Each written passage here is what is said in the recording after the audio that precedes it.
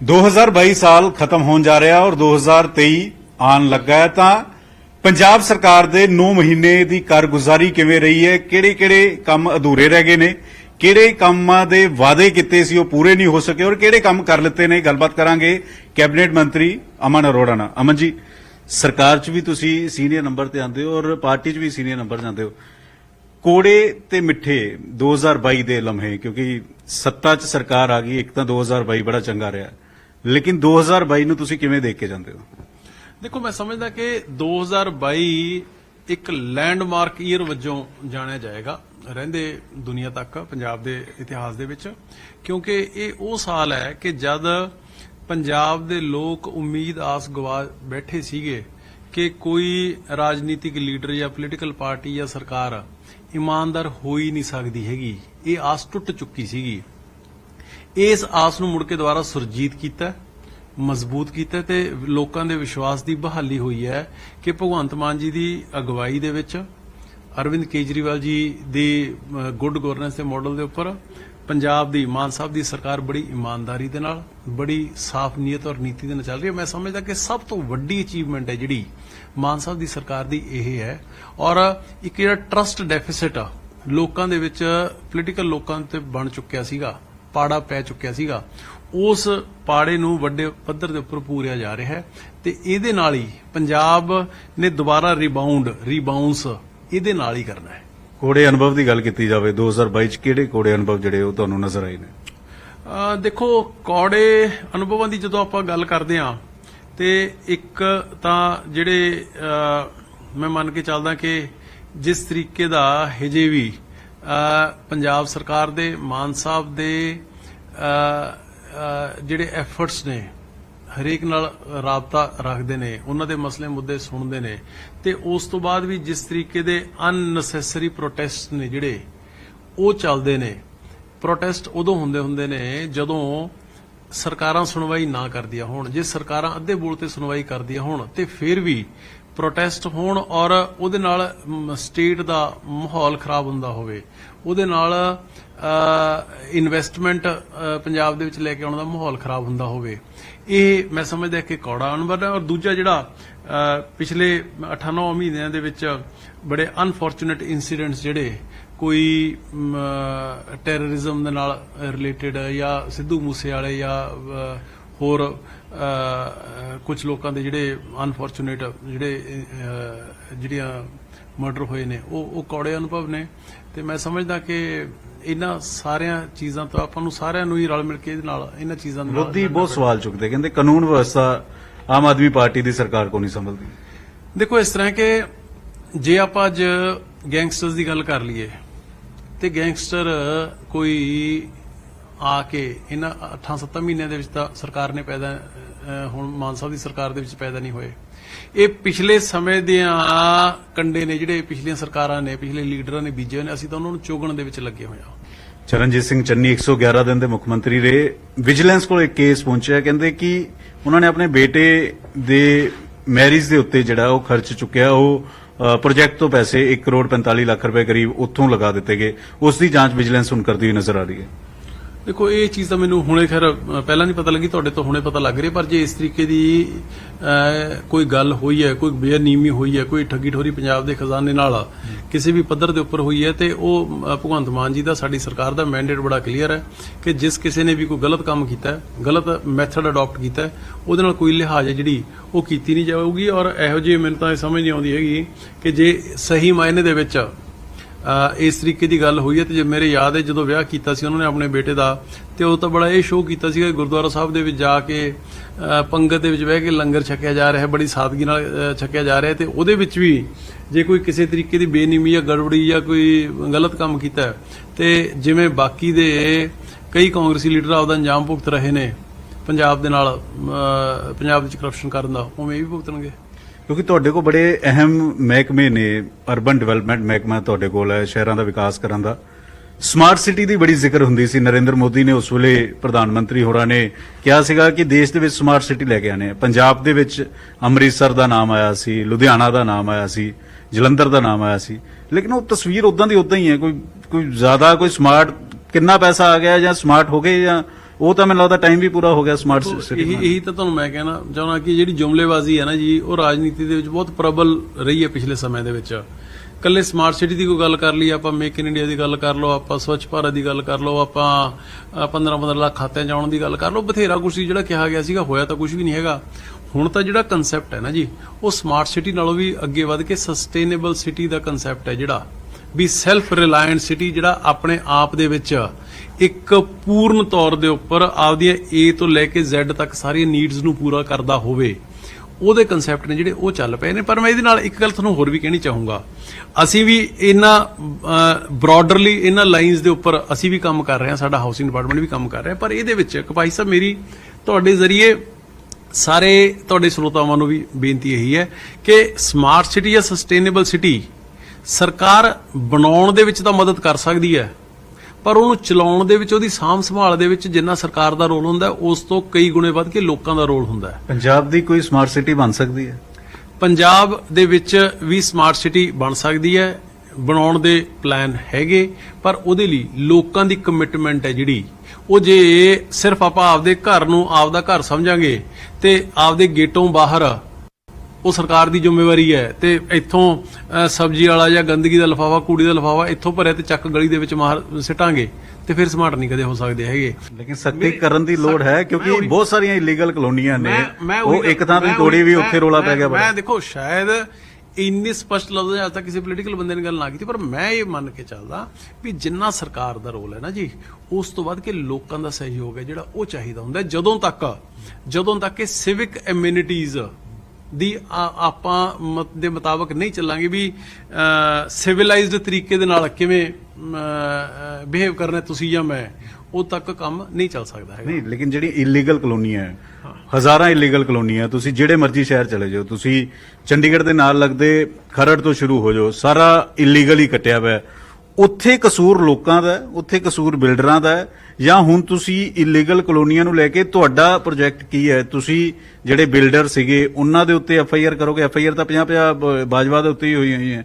ਜਾਂ ਤੁਸੀਂ ਉੱਥੇ ਉਹ ਇਲੀਗਲ ਕਲੋਨੀਆਂ ਖਤਮ ਕਰੋਗੇ ਜਾਂ ਵਨ ਟਾਈਮ ਸੈਟਲਮੈਂਟ ਕਰੋਗੇ? ਕੀ ਕੁਝ ਤੁਹਾਡਾ ਰਹੇਗਾ? ਇਸ ਤਰ੍ਹਾਂ ਕਿ ਜਿਹੜਾ ਇਲੀਗਲ ਕਾਲੋਨੀਜ਼ ਦਾ, ਰਜਿਸਟਰੀਆਂ ਦਾ, NOC ਦਾ ਮਸਲਾ ਜਿਹੜਾ ਇਹ ਬੜੇ ਲੰਬੇ ਸਮੇਂ ਤੋਂ ਲਟਕਦਾ ਆ ਰਿਹਾ ਹੈ।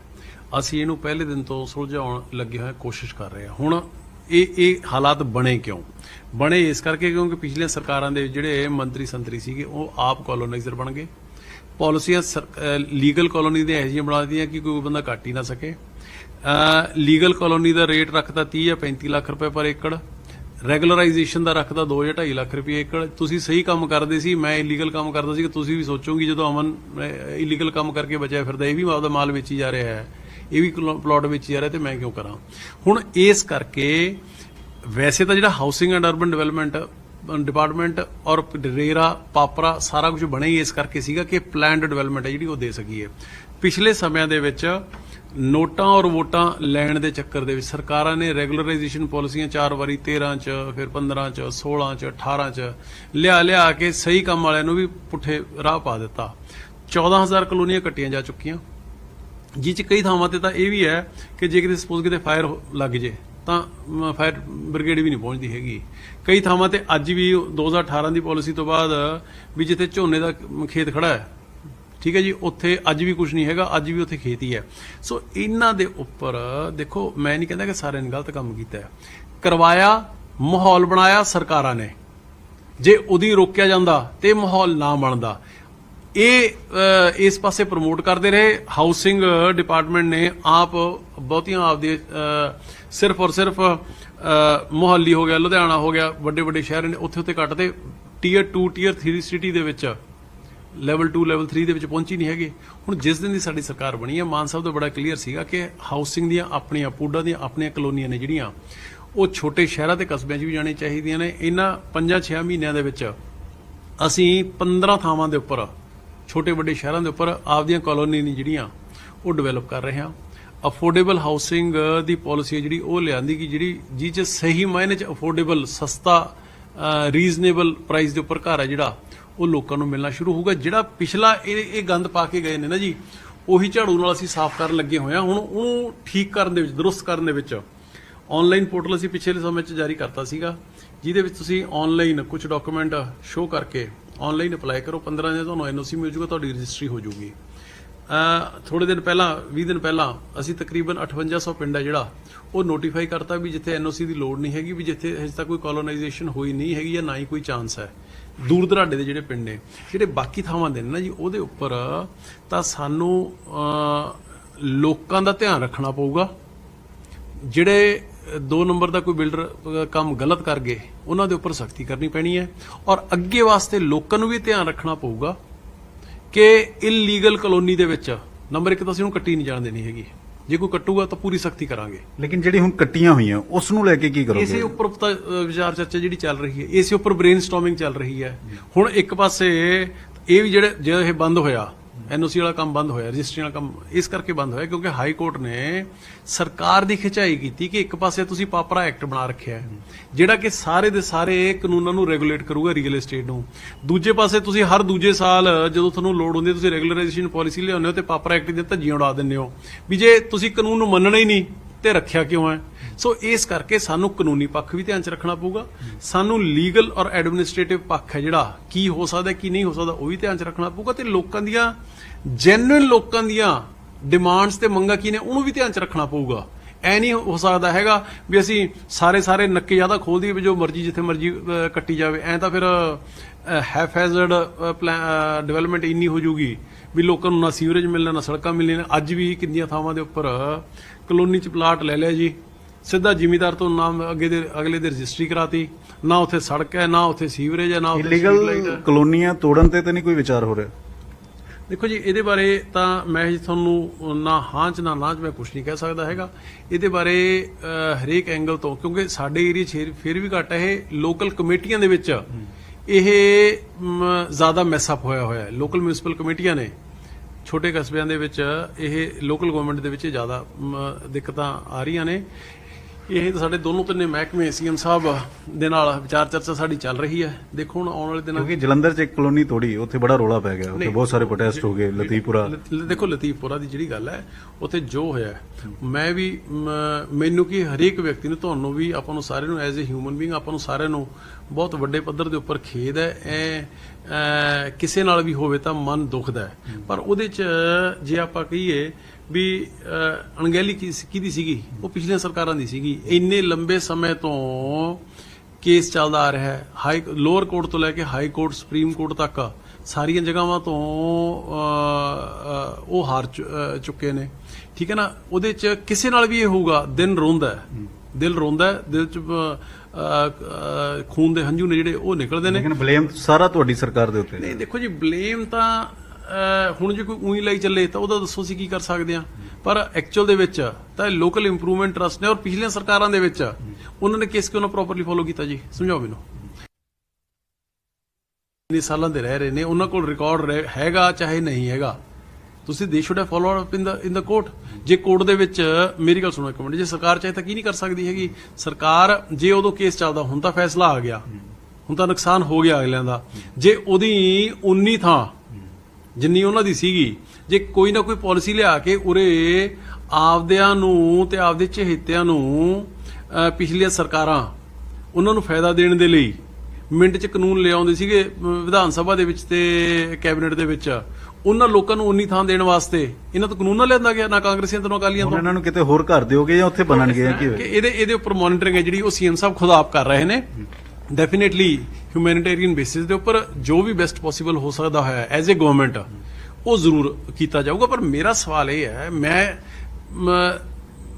ਮੇਰੇ ਕੋਲ ਲਫ਼ਜ਼ ਨਹੀਂ ਹੈ ਕਿ ਜਿਨ੍ਹਾਂ ਨਾਲ ਮੈਂ ਉਹਨਾਂ ਦਾ ਦਰਦ ਬਿਆਨ ਕਰ ਸਕਾਂ, ਪਰ ਇੰਨੇ ਸਾਲਾਂ ਦਾ ਕੇਸ ਚੱਲ ਰਿਹਾ ਹੈ, ਇੰਨੇ ਸਾਲਾਂ ਦਾ, ਇੰਨੇ ਸਾਲ ਕਾਂਗਰਸ ਰਹਿ ਗਈ ਸਰਕਾਰ ਦੇ ਵਿੱਚ, ਇੰਨੇ ਸਾਲ ਅਕਾਲੀ ਰਹਿ ਗਏ ਕਾਂਗਰਸ ਸਰਕਾਰ ਦੇ ਵਿੱਚ, ਇਹਨਾਂ ਤੋਂ ਇੱਕ ਕਾਨੂੰਨ ਲਿਆ ਕੇ 19 ਥਾਂ ਉਹਨਾਂ ਨੂੰ ਨਾ ਦਿੱਤੀ ਗਈ, ਉਹ ਨਹੀਂ ਦੇ ਸਕਦੇ ਸੀਗੇ, ਕੋਈ ਲੀਗਲ ਹਿੱਚ ਸੀਗੀ ਕਿਸੇ ਹੋਰ ਪਾਸੇ ਦੇ ਦਿੰਦੇ।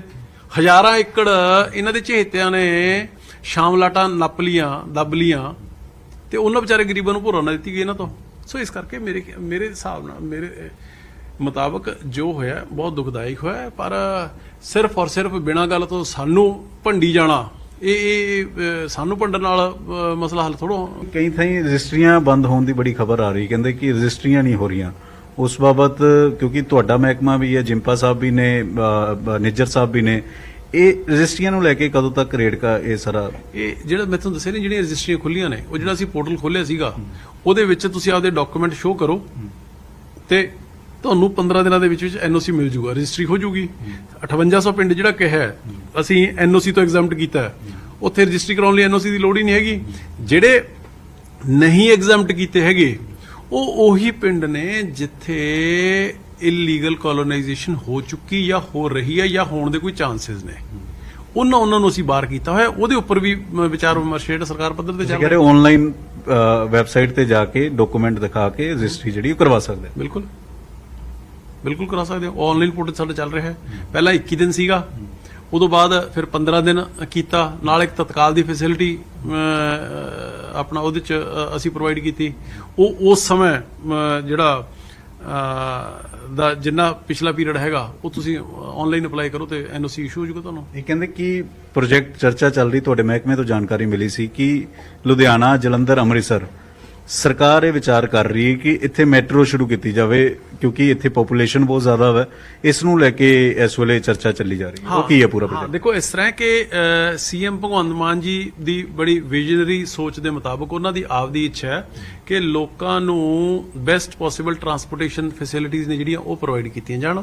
ਉਹਦੇ ਤਹਿਤ ਹੀ ਉਹਨਾਂ ਨੇ ਸਾਨੂੰ ਮਾਨ ਸਾਹਿਬ ਨੇ ਹੁਕਮ ਕੀਤਾ ਸੀਗਾ ਤੇ ਉਹਦੇ ਤਹਿਤ ਅਸੀਂ ਇੱਕ ਫੀਜ਼ੀਬਿਲਿਟੀ ਸਟੱਡੀ ਹੈ ਜਿਹੜੀ ਉਹ ਮੁਹਾਲੀ ਦੀ, ਲੁਧਿਆਣਾ ਦੀ ਔਰ ਅੰਮ੍ਰਿਤਸਰ ਦੀ ਸਾਡੇ ਹਾਊਸਿੰਗ ਡਿਪਾਰਟਮੈਂਟ ਨੇ ਡਿਸਾਈਡ ਕੀਤਾ ਕਿ ਅਸੀਂ ਰਾਈਟਸ ਕੰਪਨੀ ਜਿਹੜੀ ਸੈਂਟਰਲ ਗਵਰਨਮੈਂਟ ਦੀ, ਉਹਨੂੰ ਅਸੀਂ ਐਂਗੇਜ ਕਰ ਰਹੇ ਹਾਂ ਫੀਜ਼ੀਬਿਲਿਟੀ ਸਟੱਡੀ ਦੇ ਲਈ। ਉਹ ਆਉਣਗੇ, ਆਪਦਾ ਪ੍ਰੋਜੈਕਟ ਡਿਟੇਲਡ ਪ੍ਰੋਜੈਕਟ ਸਟੱਡੀ ਕਰਨਗੇ, ਜਿੱਥੇ ਜਿੱਥੇ ਫੀਜ਼ੀਬਲ ਹੋਇਆ ਉੱਥੇ ਉਹਨੂੰ ਅਸੀਂ ਮਾਨ ਸਾਹਿਬ ਦੀ ਇੱਛਾ ਵੀ ਉੱਥੇ ਮੈਟਰੋ ਇੱਕ ਨया ਕਨਸੈਪਟ ਆਇਆ metro ਨੀਓ and metro light.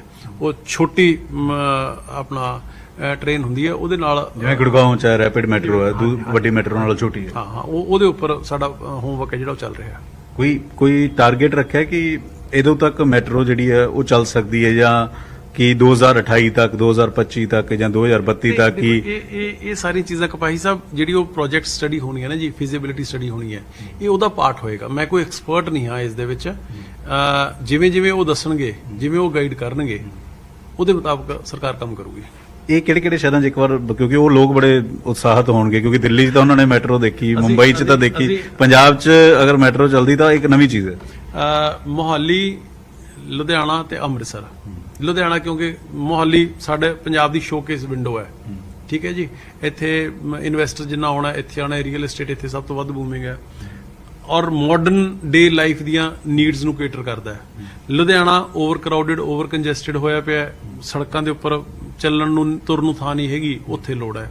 Amritsar ਗੁਰੂ ਦੀ ਨਗਰੀ ਹੈ, ਉੱਥੇ 1 ਲੱਖ ਸ਼ਰਧਾਲੂ ਜਿਹੜਾ ਹਰ ਰੋਜ਼ ਦਰਬਾਰ ਸਾਹਿਬ ਦੁਰਗਿਆਣਾ ਮੰਦਿਰ ਮੱਥਾ ਟੇਕਣ ਆਉਂਦਾ ਹੈ। ਇਹਨੂੰ ਬਹੁਤਾ ਸਮਾਂ ਨਹੀਂ ਹੋਇਆ, ਹੁਣੇ ਥੋੜੀ ਦੇਰ ਪਹਿਲਾਂ ਕਿਤੇ, ਇਸ ਕਰਕੇ ਥੋੜਾ ਸਮਾਂ ਜ਼ਰੂਰ ਲੱਗੂਗਾ। ਪਰ ਮੈਂ ਤੁਹਾਨੂੰ ਆਪਦੇ ਜਿਹੜੇ ਸਾਡੇ ਐਂਬੀਸ਼ਨਸ ਨੇ, ਸਾਡੇ ਜਿਹੜੇ ਟਾਰਗੇਟਸ ਨੇ, ਗੋਲਸ ਨੇ, ਮੈਂ ਤੁਹਾਡੇ ਨਾਲ ਉਹ ਸ਼ੇਅਰ ਕਰ ਰਿਹਾ ਹਾਂ।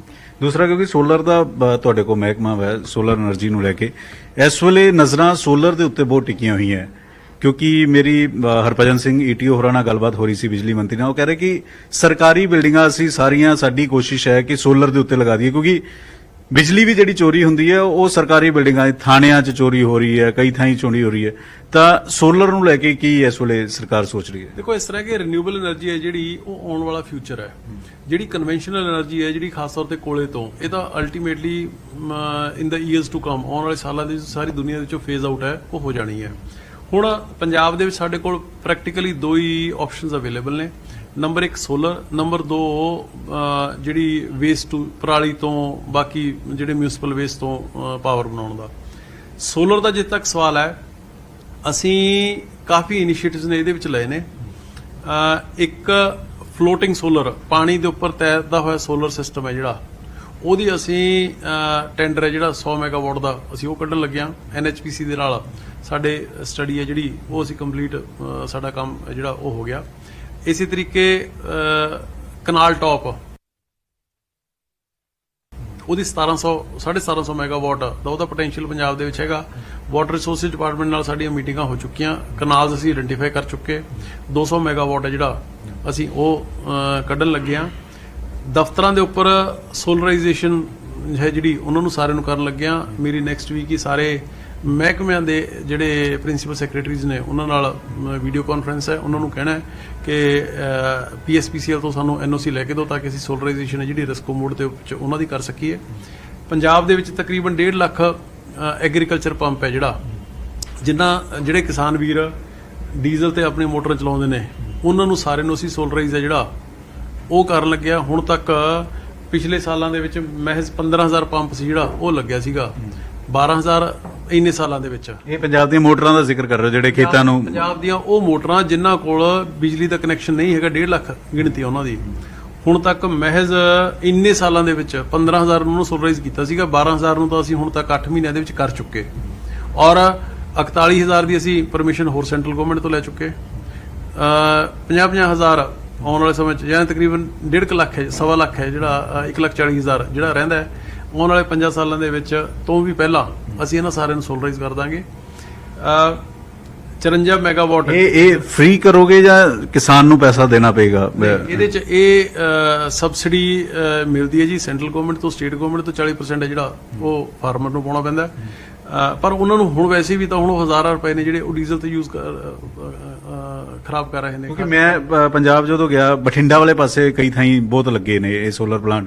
ਉਹ ਕਹਿੰਦੇ ਕਿ ਸਰਕਾਰ 40% ਸਬਸਿਡੀ ਦਾ ਜ਼ਿਕਰ ਕਰਦੀ ਹੈ, ਲੇਕਿਨ ਜਦੋਂ ਅਸੀਂ ਲੈਣ ਜਾਈਦਾ ਸਾਨੂੰ ਮਿਲਦੀ ਨਹੀਂ। ਸਾਨੂੰ 1.25 ਲੱਖ ਦਾ ਕੋਈ ਕਹਿ ਰਿਹਾ ਪੈ ਰਿਹਾ, ਕੋਈ ਕਹਿੰਦਾ 1.5 ਲੱਖ ਦਾ ਪੈ ਰਿਹਾ, ਸਬਸਿਡੀ ਤੇ ਮਿਲਦੀ ਨਹੀਂ। ਸਾਨੂੰ ਪੂਰੇ ਪੈਸੇ ਦੇਣੇ ਪੈਂਦੇ ਆ। ਸਰਕਾਰ ਅਗਰ ਜ਼ਿਆਦਾ ਪ੍ਰੋਵਾਈਡ ਕਰਾਵੇ, ਅਸੀਂ ਕਿਸਾਨ ਰਾਜ਼ੀ ਹੈ ਇਸ ਗੱਲ। ਅਸੀਂ ਹੁਣੇ 9,000 ਜਿਹੜਾ ਹੈਗਾ ਉਹ ਦੇ ਕੇ ਹਟਿਆ ਜੀ। ਦੱਸੋ ਕਿਸ ਨੂੰ ਸਬਸਿਡੀ ਨਹੀਂ ਮਿਲਦੀ ਹੈਗੀ?